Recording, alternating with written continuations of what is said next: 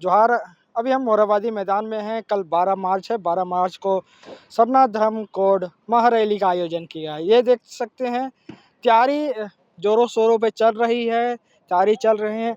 झारखंड से बाहर से भी, नेपाल और भूटान से भी लोग आने की संभावना है। ये देख रहे हैं सरना झंडा की तैयारी चल रही है। कुछ समाज सेवी भी मौजूद हैं। इनसे भी जानना चाहेंगे कि क्या किस तरह का तैयारी है, कल कितनी संख्या में आ रहे हैं। आदिवासी सरना संघर्ष समिति के प्रदेश अध्यक्ष शिवा कच्छप जी हैं, इनसे भी जानना चाहेंगे। दादा किस तरह का तैयारी है? देखिए, तैयारी तो हम लोगों का पूरा हो चुका है और कल लोग गांव-गांव, घर-घर से लोग निकलेंगे। सभी ने सरना धर्म कोड केंद्र सरकार से मांगने के लेकर सभी ने कमर कस लिया है और सभी का कहना है कि 2024 से पहले सरना धर्म कोड केंद्र सरकार नहीं देती है तो हम लोग राजनीति करने वाले नेता को सबक सिखाने का काम करेंगे। अभी तक जितने भी सरकार भारत में बनी है, वो कांग्रेस की हो या भाजपा की हो, सब में आदिवासियों को ठगने के भी काम कर रही है कि अभी तक उनको कि जो धार्मिक आस्था का जो पहचान है वो अभी तक दी नहीं है। क्या कहेंगे? देखिए, राजनीतिक दल वो लोग अपने अपने आला कमान से गाइडलाइंस होते हैं, लेकिन राजनीतिक दल हम सभी लोगों को भी ठगने का काम किया है। हर चुनाव का पारी आता है, चुनाव में वो लोग हम लोग से वादा करते हैं कि अबरी हमको जिताओ, हम आपको सरना धर्म कोड कराएंगे। लेकिन अभी का जो वर्तमान का सरकार है, हेमंत दा का सरकार और कांग्रेस और आरजेडी का जो गठबंधन की सरकार है, जो कैबिनेट से करके विधानसभा से पारित करके केंद्र सरकार को भेजी है, तो अब हम लोगों का लड़ाई तो केंद्र सरकार से है। केंद्र सरकार से मांग है हमारा। राज्य सरकार तो हमारा मांग पूरा कर दिया। केंद्र सरकार कब तक करेगी, इसमें हम लोगों को पहल करने की आवश्यकता है। सरकार पहल करे।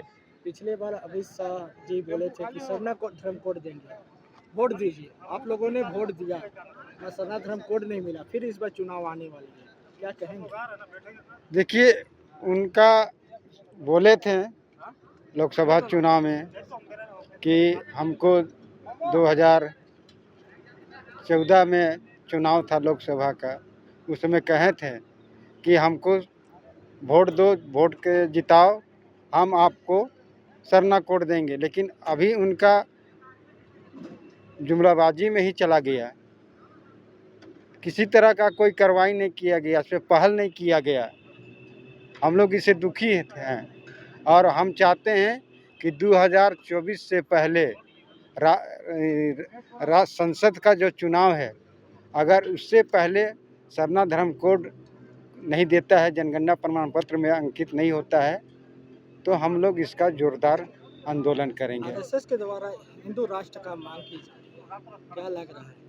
अरे राष्ट्र अगर बनेगी तो फिर सरना धर्म कोड देखिए, नहीं मिल पाएगी। अरे उन लोगों का चुनावी अथी है, चुनावी बात है।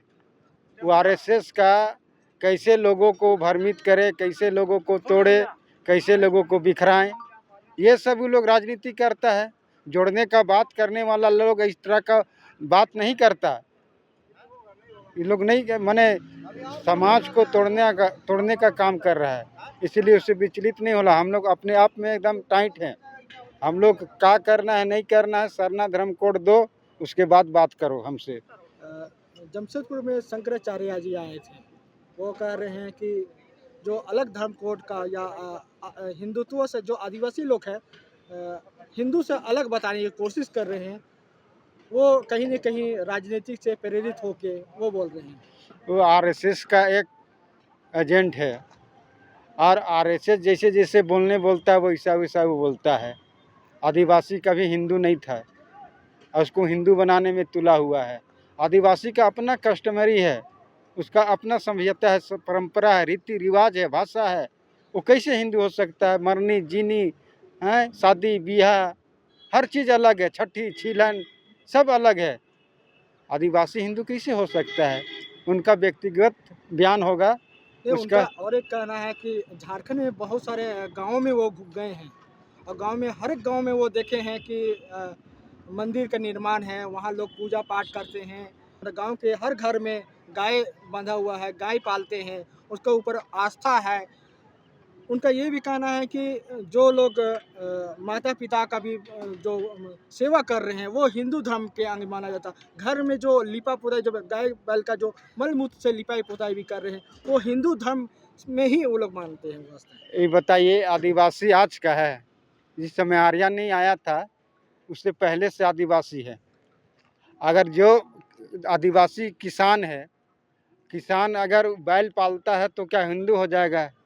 हैं? अगर मान लीजिए कि हम मस्जिद चला जाएंगे आस्था में तो हम मुसलमान कहलाएंगे? ऐसा थोड़ी होता है।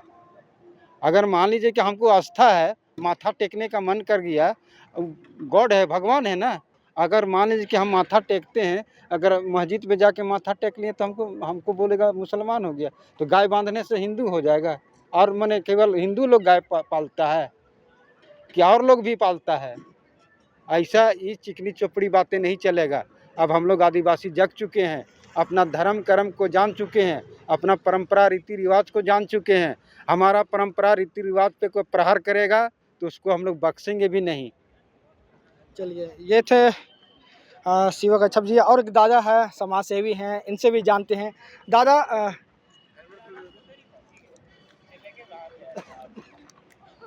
धर्म कोड की मांग कर रहे हैं, पूरे देश में धर्म कोड की मांग हो रही है, अलग अलग जनजाति के लोग भी हैं, किस तरह से देख रहे हैं कि सारे उधर गोंडी वाले भी लोग भी अपने धर्म की मांग कर रहे हैं, हर प्रदेश में अलग अलग धर्म की मांग कर रहे हैं, किस तरह से देख रहे हैं? इसमें ऐसा है कि